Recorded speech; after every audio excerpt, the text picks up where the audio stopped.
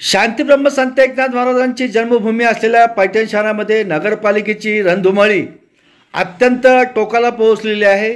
अशातच आपल्यासोबत पैठण शहराचे भाजपचे धडाडीचे तरुण तडफदार कार्यकर्ते सचिन काळे साहेब आहेत। सचिन काळे साहेब, आपले संभाजीनगर समाचार न्यूज चॅनलमध्ये खूप खूप स्वागत आहे। सर्वात प्रथम आपले भाजपच्या उमेदवारीवर आपण प्रभाग क्रमांक 9 मधून जी उमेदवारी भरली यास संभाजीनगर समाचारच्या वतीने आम्ही शुभेच्छा देतो। आणि आपण प्रभाग क्रमांक 9 मधून भाजपच्या उमेदवारीवर तिकिटावर निवडणूक लढवत आहात, याबद्दल आपली काय प्रतिक्रिया आहे? सर्वप्रथम मी आपल्या संभाजीनगर न्यूज चॅनलचे आभार मानतो की माझ्यापर्यंत आले, माझं म्हणणं ऐकून घेतलंय। माननीय रावसाहेबजी दानवे साहेब यांचा आशीर्वाद व माननीय नगराध्यक्ष साहेब सुरजजी लोळगे आणि सर्व भाजप चे पदाधिकारी कार्यकर्णी यांच्या वतीने धन्यवाद मानतो की माझ्यावर विश्वास ठेवून प्रभाग क्रमांक 9 मधून मला उमेदवारी जाहीर केली, त्याकरता मी सर्वप्रथम त्यांचं धन्यवाद मानतो। आपल्याला जी उमेदवारी देण्यात आली प्रभाग क्रमांक 9 मधून, तर आपण या वार्डामध्ये या प्रभागामध्ये काय काम केलं आहे? प्रभाग क्रमांक 9 मध्ये सुरुवातीपासूनच आपण स्थायी उमेदवार आहे आणि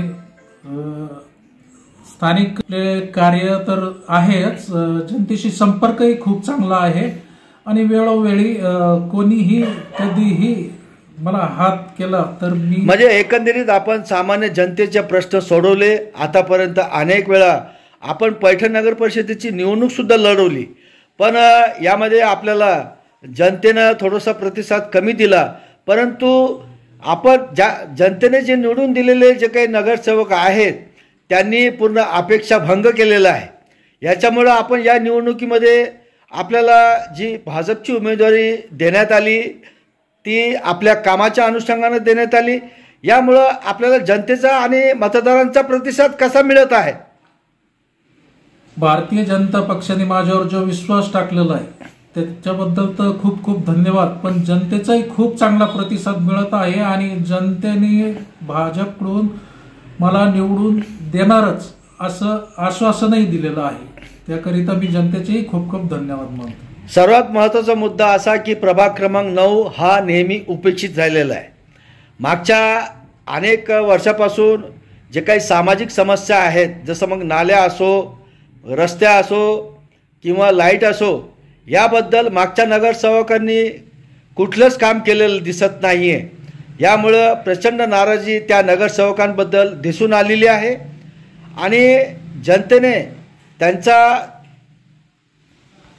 अनेक वेळा निषेधसुद्धा केलेला आहे।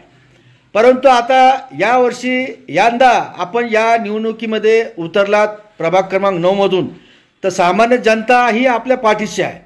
पण आपण निवडून आल्यानंतर या प्रभागात काय काय काम करणार आहात?